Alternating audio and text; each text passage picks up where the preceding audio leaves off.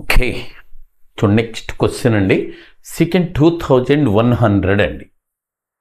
This is second 2100.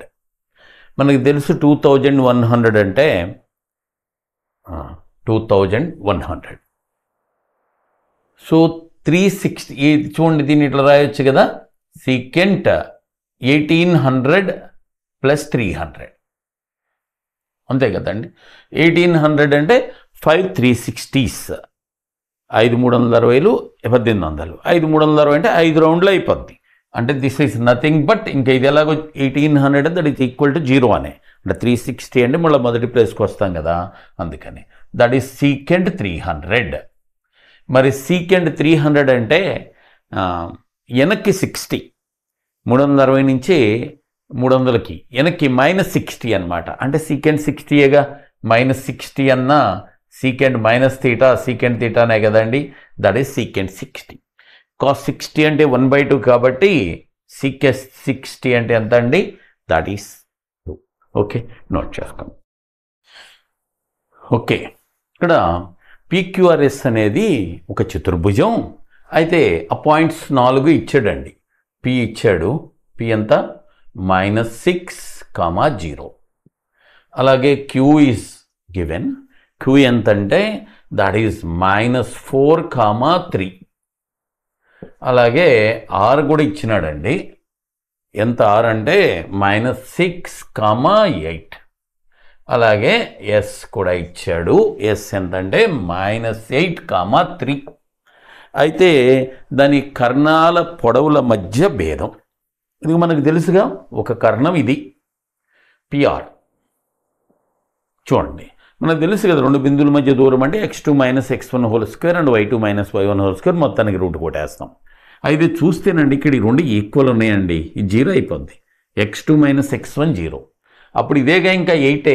PR is equal ఎంత, y2 - 8 - 0² మళ్ళీ దానికి రూట్ కట్టం ఎందుకు, 8 కదండి, that is PR is equal 8. అంటే -6 -6 0 అయిపోద్ది.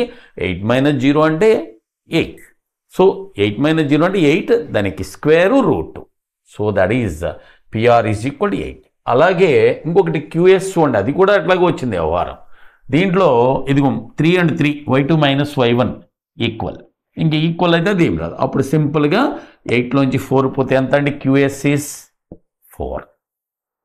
రైట్, ఈ రెండు కర్ణాలు వచ్చేసి ఈ రెండింటి మధ్యన భేదం అడిగాడండి, that is nothing but 4. Okay, note. Okay, చూడండి నెక్స్ట్ క్వశ్చన్. ఒక దీర్ఘచతురస్రం యొక్క చుట్టుకొలత మరియు వెడల్పుల నిష్పత్తి ఇచ్చాడండి. సో ఎంత ఇచ్చాడు, అది 5:1. చుట్టుకొలత మరియు వెడల్పుల నిష్పత్తి. ఇది వెడల్పు, ఇది చుట్టుకొలత.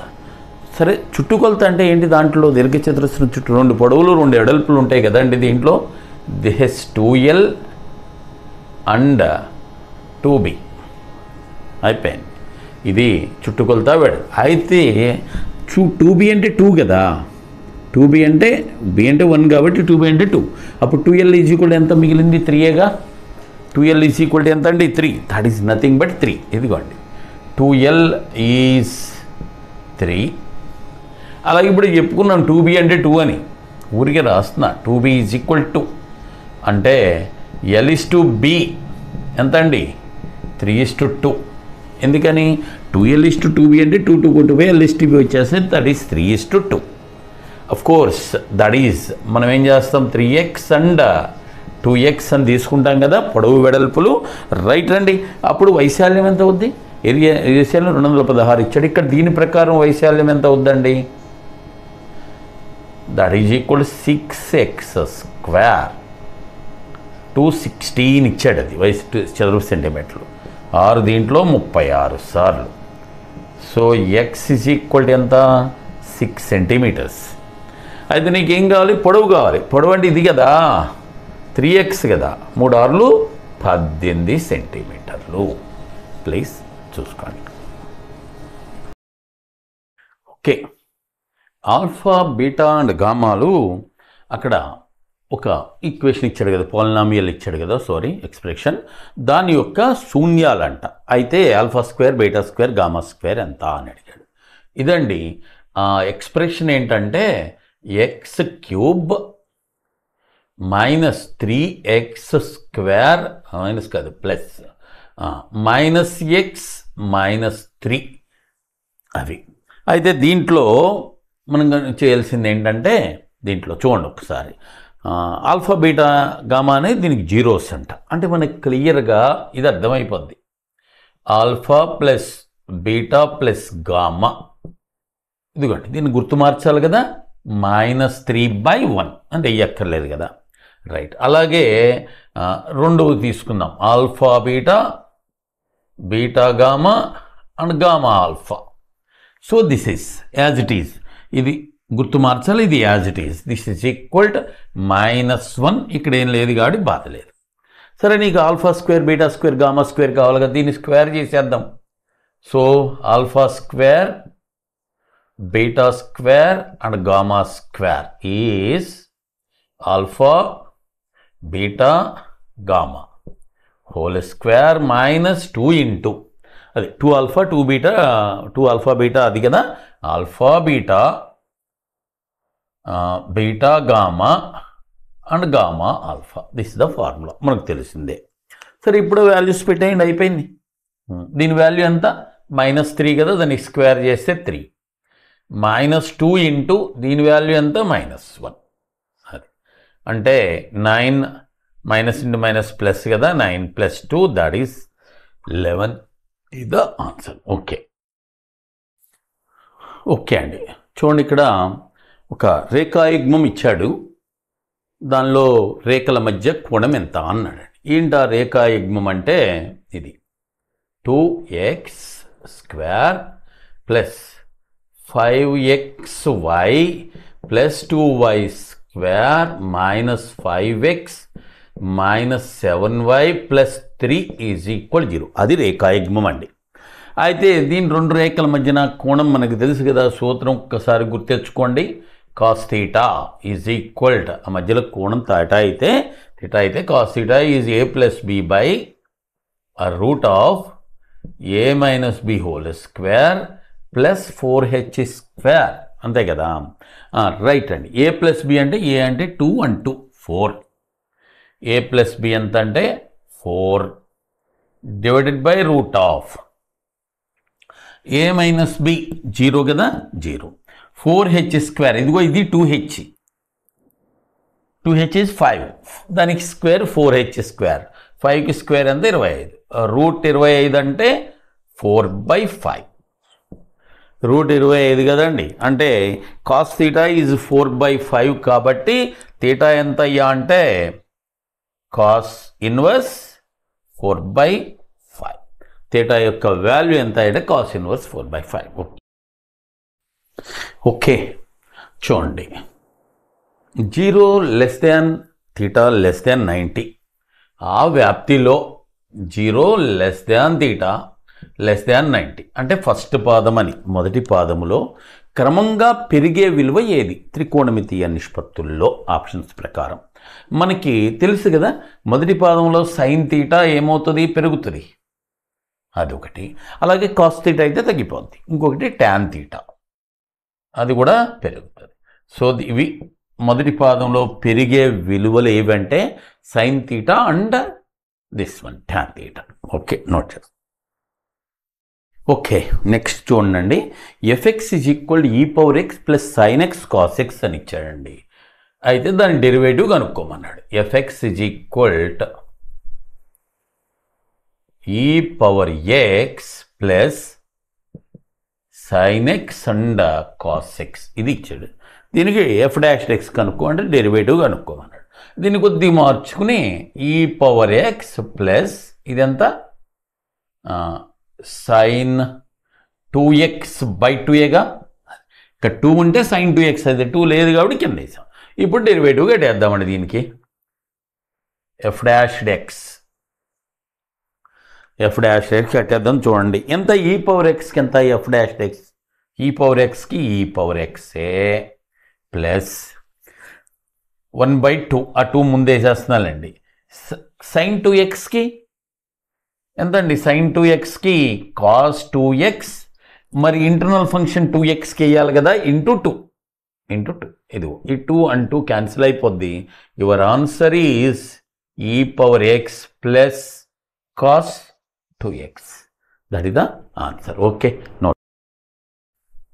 ఓకే, ఇక్కడ చూడండి, 1 నుంచి 100 వరకు నంబర్లు వేయబడినటువంటి కార్డులు ఉన్నాయి. దాంట్లో ఒక కార్డు తీస్తే వర్గ సంఖ్య రావటానికి సంభావ్యత, అలాగే ఘన సంఖ్య రావటానికి సంభావ్యత, ఈ 2 సంభావ్యతల మొత్తం ఎంత అని అడిగాడండి. సరే, ముందుగా అనుకుందాం వర్గ సంఖ్యకి. ఏది ఇక్కడ 1 నుంచి 100 వరకు కదా, అది వర్గ సంఖ్యకు సంభావ్యత కనుక్కున్నాం. ఎన్ని ఉంటాయి వర్గ సంఖ్యలు ఇక్కడ? దీంట్లో ఎన్ని ఉంటాయి? 10 10 100. ఇది కూడా ఉందండి, 10 ఉంటాయి అంతే కదా. 10 10 100 కదా, 10 ఉంటాయి. 10 డివైడెడ్ బై ఎంత సంభావ్యత? బై 100 కదా టోటల్. అది ఇది వర్గ సంఖ్యకు సంభావ్యత, రైట్. అదే ఘన సంఖ్యకు కూడా కనుక్కుందాం. ఘన సంఖ్యలు ఎన్ని ఉంటాయి? ఘన సంఖ్యలు అంటే దీంట్లో 1 cube, 2 cube and 3 cube, 4 cube అంటే 64, 5 క్యూబ్ అంటే దాటేది, అంటే 4 ఉంటాయి అండి.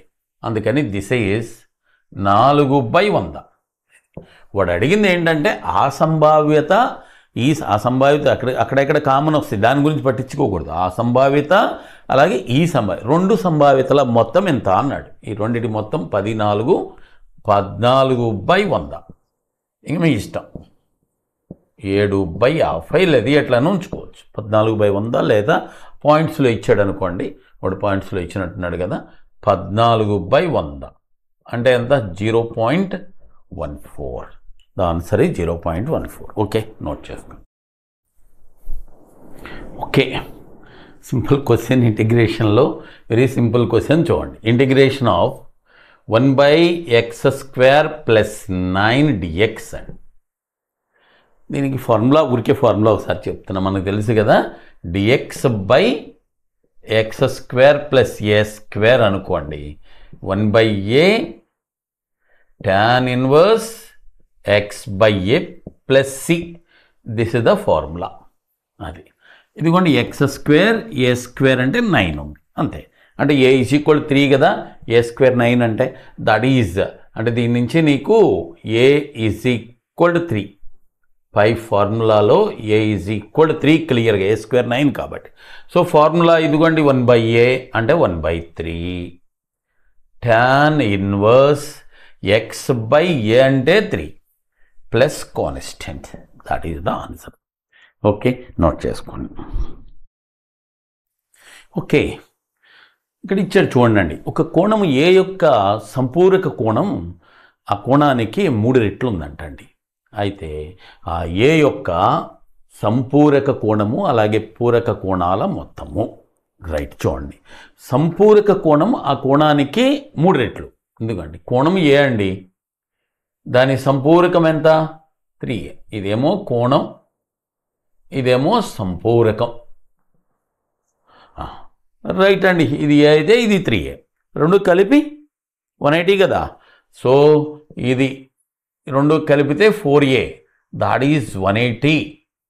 అంటే a = ఎంత? 45.